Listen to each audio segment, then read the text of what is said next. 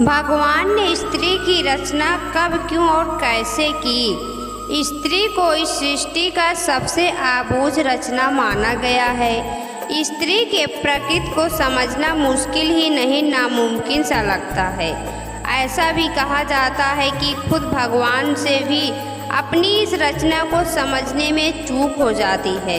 पाठकों, इस पोस्ट में मैं आपको बताने जा रही हूँ कि स्त्री की रचना करते समय क्या विचित्र हुआ था। भगवान को भी स्त्री की रचना में काफ़ी समय लगा था। देवदूत भी स्त्री की रचना में लग रहे समय को लेकर भगवान से सवाल करने लगे थे। दरअसल भगवान को स्त्री की रचना करते हुए 6 दिन बीत चुके थे, फिर भी रचना अभी अधूरी थी। यह देखकर देवदूतों ने भगवान से पूछा कि हे भगवान, स्त्री की रचना करने में आपको इतना ज़्यादा वक्त क्यों लग रहा है? तब भगवान ने जवाब दिया कि क्या तुमने इसके सभी गुण देखे हैं? ये मेरी वो रचना है जो हर हालत में डटी रहेगी। स्थिति चाहे कैसी भी हो, ये सबको खुश रखेगी, अपने परिवार और बच्चों को एक सा प्यार देगी। इसमें बीमार होने पर भी कई घंटे काम करने की क्षमता होगी।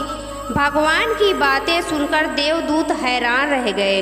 फिर उन्होंने पूछा कि क्या ये अपने दोनों हाथों से इतना कुछ कर सकती है? भगवान ने जवाब दिया, बिल्कुल, इसीलिए तो ये मेरी सबसे अद्भुत रचना कहलाएगी।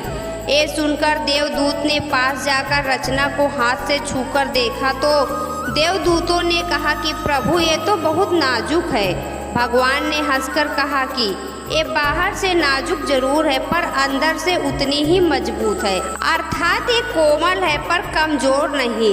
इतना सुनने के बाद देवदूत इस रचना के बारे में और भी जानने को उत्सुक हो गए। देवदूतों ने भगवान से पूछा कि हे प्रभु, क्या स्त्री में सोचने की क्षमता होगी?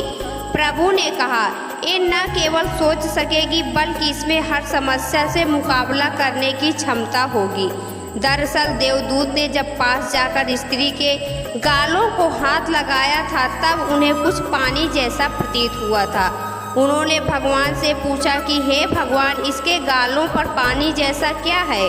तो भगवान ने कहा, ये इसके आंसू हैं। जवाब सुनकर देवदूत हैरान हो गए और पूछा, आंसू?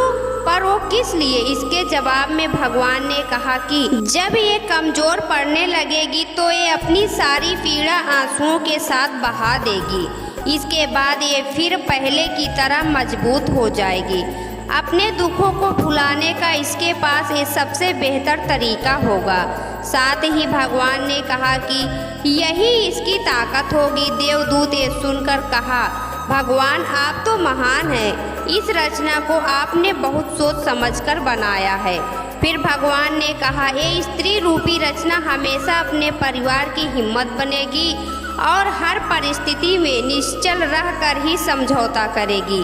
देवदूतों ने कहा, भगवान, आपकी रचना संपूर्ण है।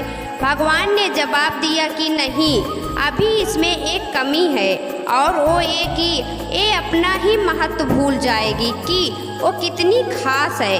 पाठकों, भगवान द्वारा बनाई इस रचना को जानिए और स्त्री का सम्मान कीजिए।